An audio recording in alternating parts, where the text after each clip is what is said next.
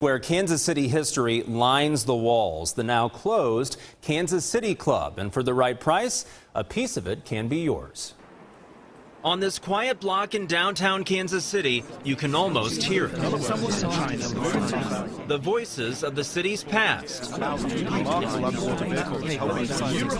once filled the rooms of this historic place. It was a powerhouse organization here in Kansas City and had a lot of notable members. At the Kansas City Club, Harry Truman played poker.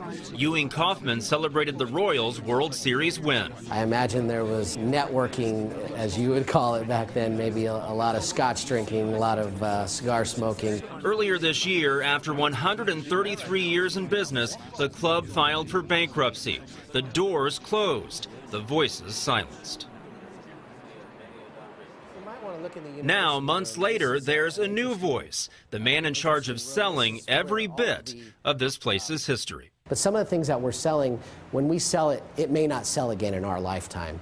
And so that makes it very compelling for collectors. One of the items auctioneer Robert Mayo hopes to sell, the place where the buck literally stopped, Harry Truman's poker table. He would get excited like a child when it was about time to play.